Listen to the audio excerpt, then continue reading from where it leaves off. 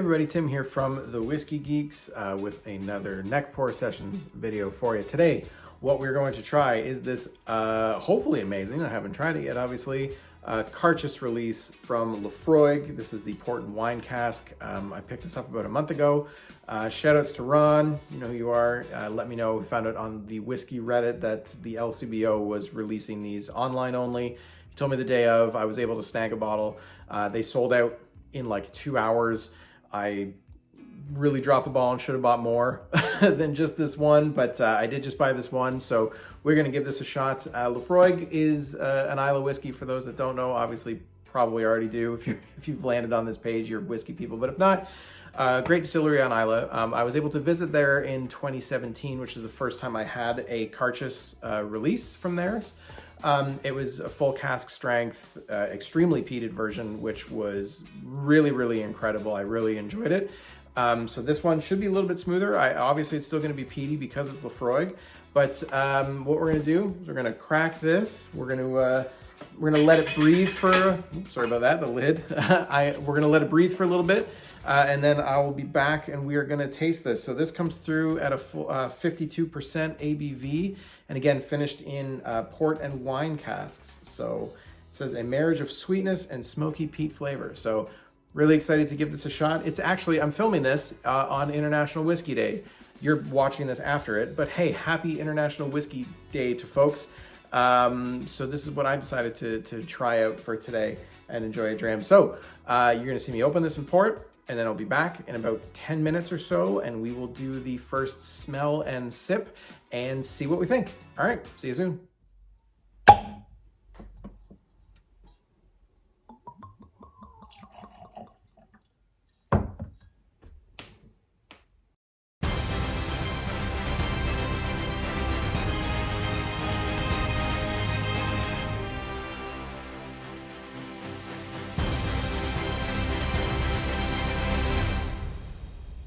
All right, folks, we're back. It's been 10-12 minutes or so with the dram resting in the glass here.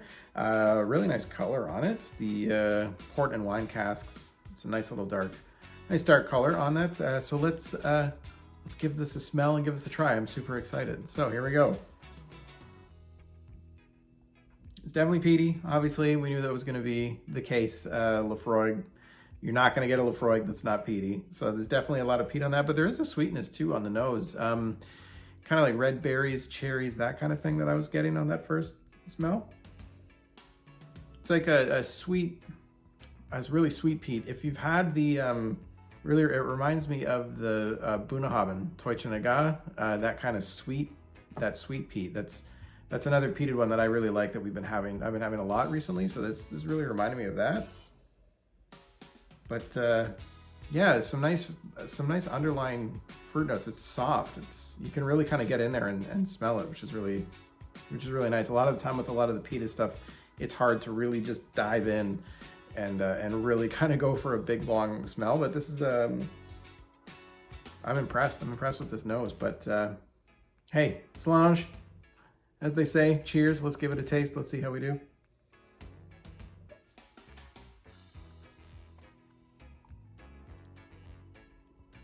You can definitely taste the 52%. Wow. You know, it's strong, but the peat really comes in on the finish. That peaty smokiness comes in at the finish. The first arrival, though, is surprisingly sweet and smooth.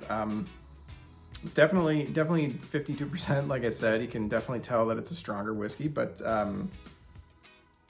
it's really nice. It's a little bit oily in the mouth, but the finish lasts a decent amount of time. It's still there.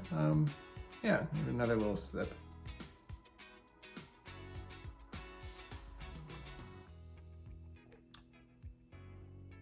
I'm also getting some other kind of sweetness on it. It could just be me. I don't know if I haven't really watched any other reviews or looked at any tasting notes.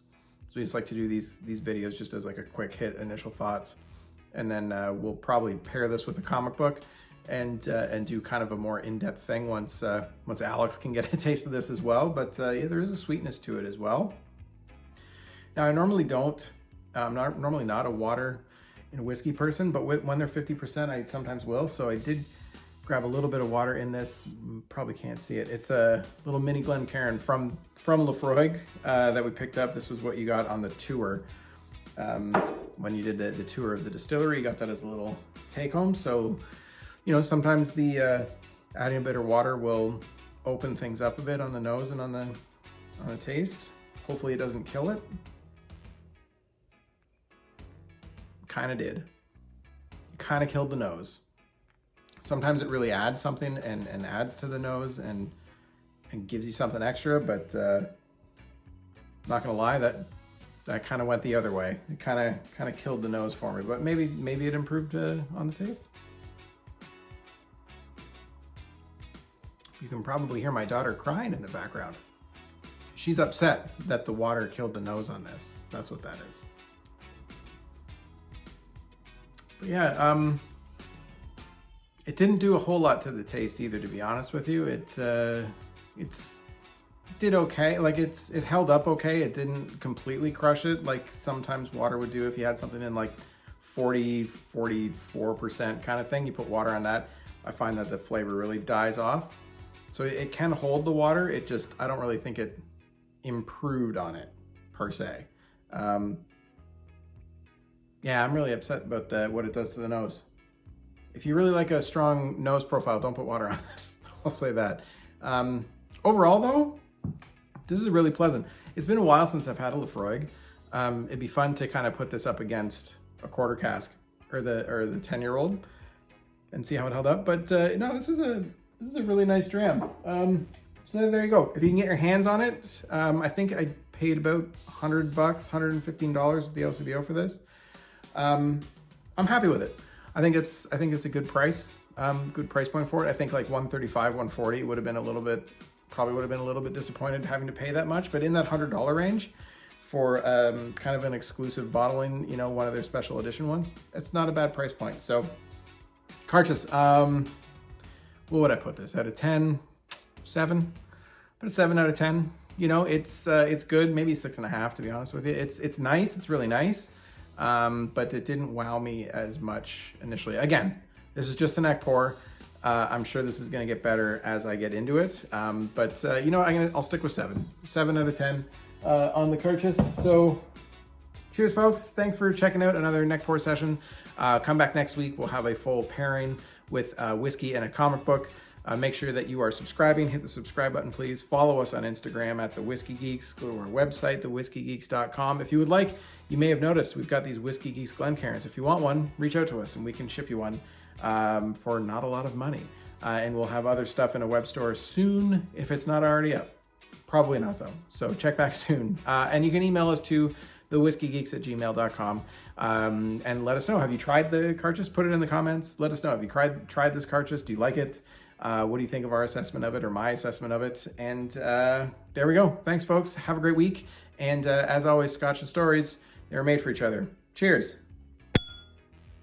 Hey, folks. So this isn't something we're going to be doing very often, but I did think that this bottle deserved a little follow-up because after further inspection, this bottle has opened up amazingly well. So in the neck pour sessions, what we're doing, as you all know, and you just watched this one, is it's initial reactions just off the neck pour only. There's a lot of talk in the industry about a lot of people thinking that like, oh, the neck pour is not good, blah, blah, blah, and that, you know, bottles need time to open up. And, you know, for me personally, yes, that's always sometimes been the case, but it's never really been drastically different. This Laphroaig Càirdeas, however, is a lot better than it was on the neck pour. So that just goes to show you that don't judge a book or a bottle, if you will, just from the neck pour. We're still going to keep doing the neck pour sessions because it's super fun, but this is one of these experiments that has been amazing to see the difference between the neck pour, which you just saw, and where we're at now. I've had probably about 4 or 5 drams out of this, and it's opened up beautifully. The peat's a lot tamer than it was in the first neck pour session, especially on the nose.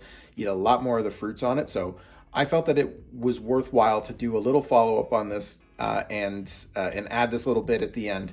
Yeah, anyway, enjoy it. So if you don't like a bottle just on the neck pour, don't throw it away because sometimes amazing things happen. I'm not going to give this a new score. I'm going to stick by my score, my initial thoughts on the neck pour session. But I will say, I'm enjoying this whiskey a lot more than I was the night that I first reviewed it. Okay, thanks everybody. We'll see you next week. Bye.